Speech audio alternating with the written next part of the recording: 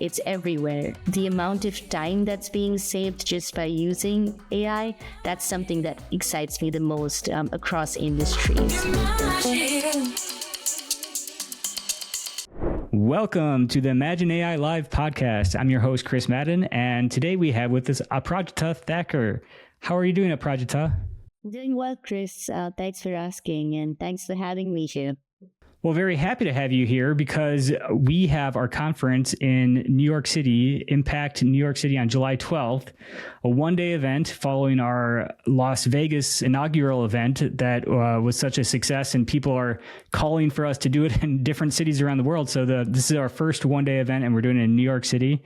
And so trying to get a pulse of the AI startup scene in New York, and you're actually going to be a speaker at the conference, right? Yeah, that's right. So the conference is going to take place at Cornell Tech, and that's where my co-founders and I went to grad school about a little over a year ago. We came together essentially to start Esger. So this is a very special event for us just because of the location as well. Yeah, your alma mater. It's a beautiful campus at Roosevelt Island there. I'm not going to be there in person, but I will be rooting everybody on from South Korea here. So let's get into it. For the listeners at home, we're going to talk about what is Esger AI or Esger, your startup, and then we're going to talk about the use cases of it, and then we'll go into more general questions about AI. Aparajita, what is Esger? Esger is essentially the AI-powered platform that helps companies measure and improve the social and environmental impact of their supply chains. So essentially, companies use our platform to calculate the risk and compliance status of their suppliers 10x faster, cheaper, and more accurately using our AI. In general, we work with businesses mostly in the apparel and electronics industries. And within these businesses, our customers are responsible sourcing teams. So essentially, these are the teams responsible for making sure that there's no environmental or social footprints that lie within the suppliers they work with. So this could be anything to do from modern slavery and child labor to even carbon emissions that exceed a certain amount. So our AI essentially helps flag risks present within the ESG landscape within companies' supply chains. Wow, very, very interesting and important work. So your customers would be the product sourcing members of a business, like the people that are sourcing their goods and the inputs to their business, clothing and apparel and electronics. That's right. So yeah, they're generally the sourcing teams, but even within the sourcing teams, most companies have a function called responsible sourcing or ethical sourcing. And these are the teams that are responsible to make sure that the products that they are sourcing or the suppliers that they are sourcing from are ethically sourced, that there's no environmental or social footprint present. There's been a lot of regulations in the space in the past few years that are essentially incentivizing companies to make sure that there's no ESG risks. For those who don't know, ESG stands for environmental social governance. There's a lot of regulations that are essentially driving companies to make sure that there's no ESG risks present in their supply chain. And so a lot of the companies that we're working with want to make sure that their supply chains are clean and don't have any of these risks present in them. All right, great. And thanks for explaining the ESG, environmental social governance. These regulations that are country by country, or is there more international rules? Yeah, there are country-specific regulations. So each country has their own set of them. So in the United States, for instance, just to give you an example, there's one called UFLPA, which essentially ensures that products that are coming in from a particularly high-risk region of China, that there have been previously a lot of labor issues.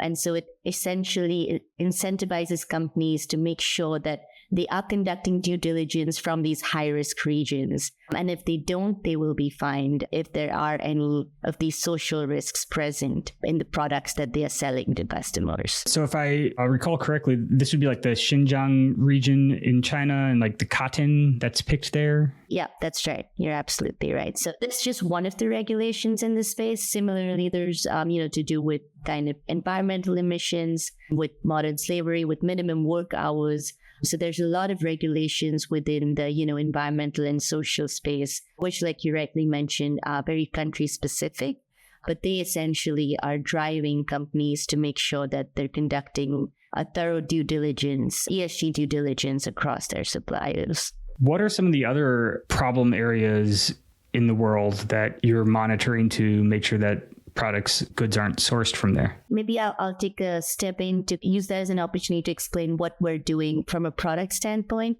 In the due diligence landscape, essentially what responsible sourcing teams are doing is that there's a lot of documentation and paperwork that comes in from suppliers to companies. This can be things like third-party audit reports, it can be certifications, it can be code of conduct policies and questionnaires.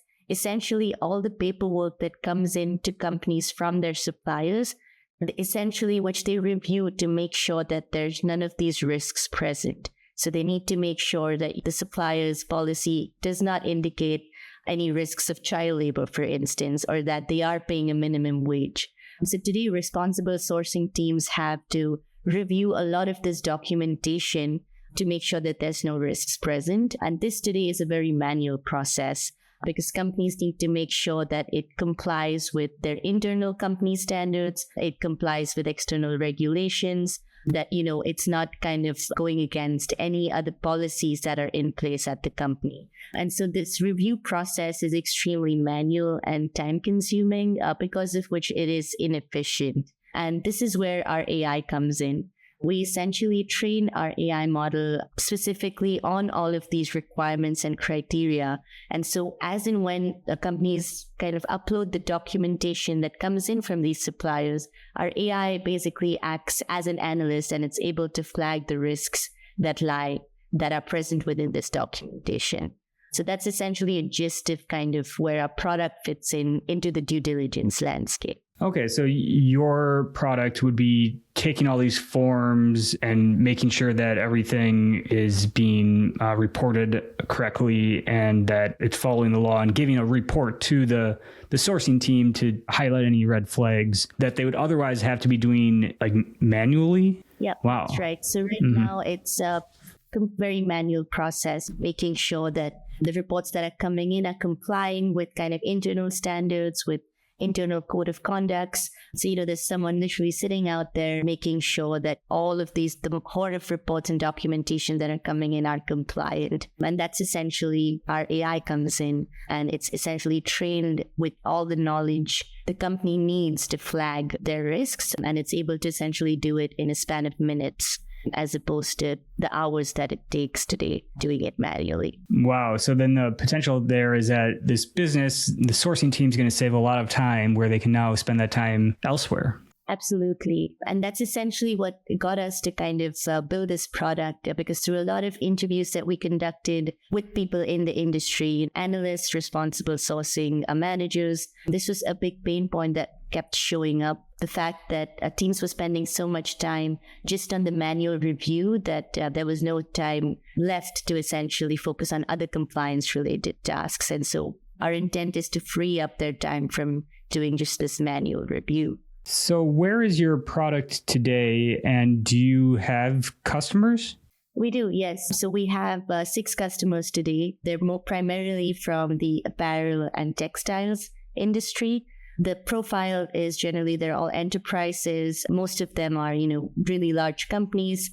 Some are billion-dollar manufacturers, some even publicly listed companies. And essentially, like I mentioned, apparel and textiles is one of the industries that is front of regulations. And also they are taking a step forward to essentially make sure that they're ethically sourcing all of their products. And so today we do have a product, Audit Sense AI, which essentially helps with documentation review. And it also helps generate corrective action plans, which is essentially an industry term for recommendations that sent to suppliers based on the risks that are identified. That's essentially what we're using our product for today. Wow, very, very cool. So if you could tell the origin story of like where you got this idea, and I know you've got a co-founder, right? One co-founder, and if you could talk about the origin story of Esger. Yeah, so it's 3 co-founders at Esger. The 3 of us met at Cornell Tech, to be more specific, where the Imagine AI conference is being held. We were doing our master's programs. I was doing my MBA. My co-founders were doing their information science and computer science degrees. So essentially, they're engineers. They've built AI products in the past. And essentially, their research revolved around how we can use AI for social impact. Now, Cornell has a program called Startup Studio, essentially where you can form interdisciplinary teams, come together, solve a problem in an industry that you're passionate about. And, by the end of the semester, Cornell will fund companies that they see potential with, and you spin out to become a full-time company. And so my co-founders and I, Ken and Advait, we met at Cornell, and we were really passionate about the climate tech space. We wanted to solve problems within ESG data gathering, to be more specific. We realized that was an area that was still unsolved for. There was a lot of potential for technology to come in and essentially help make those processes more efficient. So we conducted a lot of interviews. I'd say till date today, we've conducted close to 500 interviews with industry professionals, right? From ESG analysts to managers to consultants, just to understand kind of what the processes are that they follow. What are the pain points essentially that they are facing, to essentially understand where we could come in and try to automate the process. And repeatedly, we kept hearing the fact that there seemed to be a gap in the supplier due diligence landscape, more specifically. And having spoken to kind of more responsible sourcing teams, we identified that the processes to essentially qualify and vet suppliers was still very manual, and this was making the process very inefficient. So that's when we realized that there was an opportunity to essentially come in and use AI, using my co-founders' research to essentially build something that could create impact and, bring down the amount of time it's taking to conduct this end-to-end due diligence. That's great. So, and can you explain more like the AI itself and what you've built and kind of the proprietary nature of it? And I imagine that there's a lot involved. I wonder if it's built on top of a larger language model or if you've kind of built something yourself. So we built the AI ourselves, actually patent pending technology for, the use of LLMs within the ESG compliance space. In more general terms, if I had to explain it, the way the tool works is it can ingest, essentially input any unstructured data. So this can be in the form of reports, which are found in PDF formats, Excel formats. It can even be raw data in any language, because again, companies work with suppliers that have reports in multiple different languages. So the AI has, the beauty of it is that it can input and ingest data in any of these formats, which is where it lies today. And it can convert it to data that makes sense to the end user, which in this case is a responsible sourcing team. And so that's essentially how the technology works. The second component of it is the use of explainable and generative AI. That's where the recommendations piece comes in. Once the AI is essentially inputted all of this data, it makes sense of it. And the output is that it gives a set of recommendations to the supplier. And this is done by using a technology called explainable AI, which essentially not only lists out what the supplier needs to do, but goes into detail, kind of explaining what it needs to do as per catered to the company's policies. So essentially, it's an intelligent system. Think of it just like an analyst that you train with a lot of data. And, it's able to make decisions. It's able to essentially give an output that makes sense to the supplier because it's very catered to, what the requirements of the company are. Fascinating. And I'm wondering, are you building a database of all these suppliers as you come in contact with them? Because I imagine, there's only so many suppliers in the world. And as you do business with them, you will make the process smoother for them. They'll know you. And I just wonder about that. Yeah, actually, there are a lot of suppliers out there. And the reason is because in the industry, there's different tiers of suppliers. So it's the suppliers that companies directly work with, which is the tier 1 suppliers. But then there's also the tier 2 and tier 3 suppliers, which is essentially the suppliers that the tier 1 suppliers work with. And at the end of the day, the regulations now say that as a company, I would be responsible for that entire value chain. And so I would need to make sure that there's none of these ESG risks present end to end. So to answer your question, we rely on data and suppliers that each individual company is working with. We don't have our own database of suppliers as of now. But essentially, on average, most of our customers have close to anywhere between 500 and 1,000 suppliers. Oh, wow. I'd say I don't think there'd be too much overlap between the companies. There's a lot of suppliers out there. What do you think people don't understand about this industry, or a common misconception? Well, I wouldn't say misconception, but I think one thing that people have been kind of wary about in this industry is because there's been so many regulations that are coming in all the time, how do you keep up with them? And that is one of the challenges that companies face even today, because there's so many, especially because supply chains are global. You need to make sure that, your supplier present in Asia is following a certain regulation, or the one in Europe is following the local regulation. And for a team sitting in the United States to make sure that everyone is compliant, that's something that's challenging because regulations today are changing at a very fast pace. The one core challenge that companies are facing is we would need humans to essentially make sure that all of these regulations are compliant, essentially a middle person to make sure that, everything is in place. But that's where I think technology comes in. And the supply chain has always been a very traditional industry. It is one of the industries where technological adoption has been later than most other industries, even when it comes to AI. And so there's a lot of room for innovation, for disruption, and essentially the potential for AI to create a positive impact on a lot of these manual traditional processes. Yeah, it's one of the oldest industries too. I mean, it goes back to people trading. I mean, essentially. Yeah. With the environmental side of it, you're trying to avoid child labor and things like that. But for the CO2 emission one, what are the regulations and where are people running into trouble? Yeah. So, right now, our core focus is on the social side, like you mentioned, with child labor, modern slavery. The main thing our product does right now is it essentially reviews, one of the main documents it reviews is a social audit report. Essentially, this is a report that a lot of third-party auditors go in, they audit a factory, and they make a report on the findings of what they've seen at the factory. And essentially, this is a report they share back with the company to review. So the core focus right now for a lot of companies is the social component. But the environmental component, it's lagging behind a little bit in terms of the regulations. There are a lot of them coming in, but a lot of them haven't passed yet to essentially generate that drive in companies. The other challenge with environmental right now is capturing environmental data from suppliers. That's something that will take some time essentially to implement because the lack of data is something that is another big challenge in the industry. And more specifically with environmental data, because with carbon emissions, carbon capture, that is something that, across the industry, it's been a challenge to essentially get this data. So that's something that today we don't primarily work on, but we do see our use of our technology essentially helping capture that data and essentially flag risks across that as and when companies increase the volume of environmental data that they start to capture. Cool. So yeah, maybe that's a good opportunity for you to kind of explain your roadmap and where you see your technology being used more and the growth of your company.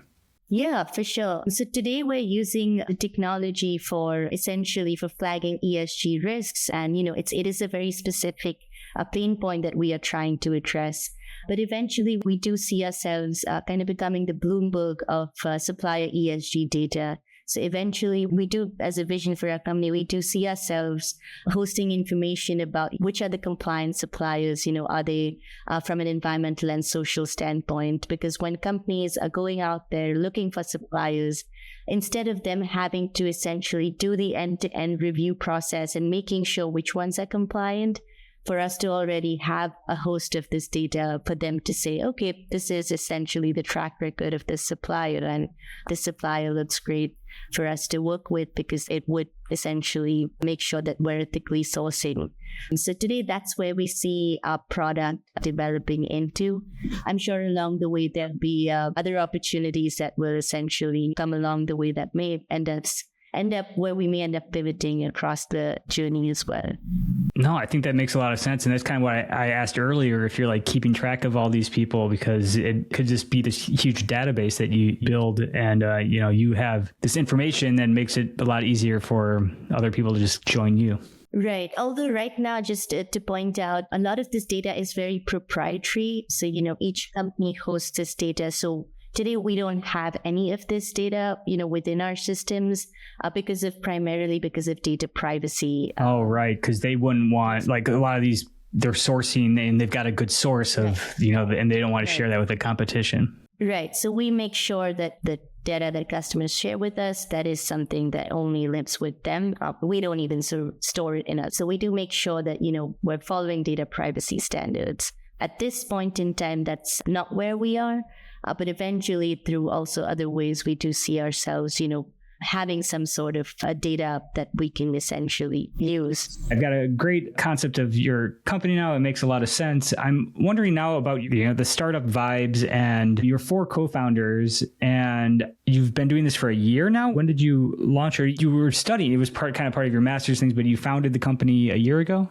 Yeah, so the roots of Esger started while we were still at school. Like I mentioned, there's a program called Startup Studio at Cornell, which essentially happens in the last semester of college. So we started in January of last year. But of course, we were still at school. We were still kind of conducting a lot of interviews. By the time we graduated, we got the Cornell investment.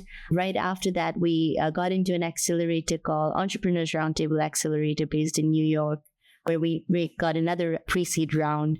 And that's essentially when we started on this particular problem that we are working on today, because that was essentially the aha moment for us when we were at the accelerator, when we realized that this is what we wanted to essentially work on. But yeah, whole time started a little over a year ago. That's great. And I kind of see the name now, Escher, so ESG and then The name Esger essentially is a pun on ESG, and Esger in Latin means soldier, essentially kind of depicting kind of the fight against climate change. Although we are going to be rebranding soon to Elm AI. Elm AI. Yeah, that's probably by end of this month, that's going to be our new name. So with 4 co-founders, I'm wondering, like, as you expand the team, like, who are the next people that you need? Because it seems like you 4 cover good areas. Like, you got all your bases covered, but I wonder what's the next step for expanding your team? At this point, I think engineering and product is our core focus. We actually just hired our first engineering intern to essentially help deliver a lot of the value on the customer standpoint. Like I mentioned, we're working with about 6 customers right now, but we are growing at a pretty fast pace. We're onboarding new customers every couple of months. And so our core focus right now is to deliver at the company we believe in. We do believe in rapid growth, but at the same time, we want to keep it controlled because we want to make sure that our customers are happy, that we're really able to essentially drive the value that we've essentially promised. And so that is, at least for the next 6 to 8 months, that's going to be our next core focus, even from the hiring standpoint. All right. Well, this has been wonderful. I'd like us to move into a rapid fire round and shoot your answer off the hip, what you think about it. What would your advice be to students going into college today in the light of this AI wave? What advice would you have for them as to maybe a subject that they should take, or advice in general? If you don't come from an engineering background like myself, I'd still like to understand the applications of AI. Today, it's kind of the importance of it is increasing on a month-on-month basis. It's eventually going to be everywhere. So I take a lot of classes that essentially focus on the applications of AI at different industries in healthcare, retail, because that will give essentially a good understanding of how the technology works and where the applications lie. Even if you don't essentially understand all the technical components, and getting a basic understanding, I'd say would be pretty important. Awesome. And how about, what advice do you have for people entering the workforce today? Entering the workforce, I'd say it's going to be hard to avoid using any AI tools. I know there's been a lot of debate about AI replacing humans in the workforce. I actually don't think that is entirely true. I actually think it's going to be something that's going to be used to increase efficiency for humans in existing roles, to essentially free up time for people to do other roles. So I'd say look at it as a companion. You're going to be using it for things like ChatGPT or to, generate images. It's something that I'd look at more as a companion more than as a threat. Great. No, I think that's great advice. And what are you afraid of most when it comes to the future of AI? That's an interesting question. I know there's been a lot of talk around data privacy. What worries me is AI tools that are not ensuring privacy and are not taking steps to essentially make sure that data that's coming in is private, because having gone through the data privacy process ourselves, we are SOC 2 compliant today, which essentially means that we've been audited by a third party to make sure that our software is in place, our infrastructure is in place. And that's something that's really important, but it is a time-consuming process. But my biggest worry is, with the increase of AI tools out there, are all of them really making sure that data privacy is taken care of? Because that is today the number one concern around AI for, not just our customers, but even people using it on a day-to-day basis. And contrarily, what are you hopeful for most with the future of AI? I think it's probably one of the most exciting technologies that's been out there in a really long time. It's being implemented and used on a daily basis. And, the opportunities are endless. We're seeing AI being used for things that we're using it for, to even kind of daily tasks such as recruiting, interviewing. In the retail space, it's everywhere. The amount of time that's being saved just by using AI, that's something that excites me the most across industries, whether it's at a small or a large scale. And the opportunities really excite me in terms of the time savings. So the final question is, what's your personal favorite use of AI? You talked about using AI, daily. What do you use it most for? For me personally, I've actually started using it instead of a Google search now. So instead of Googling something, I tend to kind of use ChatGPT. And the reason for that is because I just find the responses a little more detailed and a little more catered to what I want, especially because I've been using my own account. It's essentially been giving me responses that are a bit more catered to what I'd like them to see. So for me, it's actually become a daily search engine, and I use it almost every day. That's essentially been the area I use it for the most. I know that's the case for a lot of other people too. They've essentially kind of they've switched to that as kind of their daily source of truth. Of course, in a manner, but for the insignificant things that you try to Google every day. No, it's turned into this perfect sidekick, this artificially intelligent sidekick that everyone can have at their side to help them think through ideas, help them brainstorm, help them get information, but in a more holistic, condensed way too. And you don't have to click through a bunch of links, and it's wonderful. So ChatGPT is your preferred one. Do you play around with any of the others? I don't, but primarily because I've just gotten comfortable with the interface. Yeah, that's how it goes. That's how it goes with me too. And I just tried out Claude actually, and it's free, I think. And the newest, and it's really good. I kind of like the style a little bit more. So I'm very excited for ChatGPT's language vocal thing to be released. And already with my Korean wife, where we can use it to translate for each other, and it's actually pretty good already. And just it's amazing to think where it's going to be 6 months from now, a year from now, and even longer. And that's what's so you're right, this is so exciting. We're on this new wave, but it's just still the early days, and it's going to be very fascinating to see what transpires. Yeah, 100%. There's a long way to go, and it's here to stay, at least for the next decade. Yeah, and I applaud you for picking a niche that you believe in, and very focused. And I think that it makes a lot of business sense. And I'm glad to hear that you've got some happy customers and a cool team. And I wish you the best of luck. And enjoy your time well in New York, Impact, Imagine AI Live. I'm very sad to not be there in person, to be able to meet you in person, but I'm very glad we could do this virtually on the podcast. So thank you so much for joining. Of course. Thank you so much, Chris. This has been great. And really looking forward to meeting you in person sometime when you're in New York. Yeah, the next event we're going to do it in Las Vegas for sure, March next year. So maybe you can come to that one. Awesome. Yeah, 100%. Hope to be there.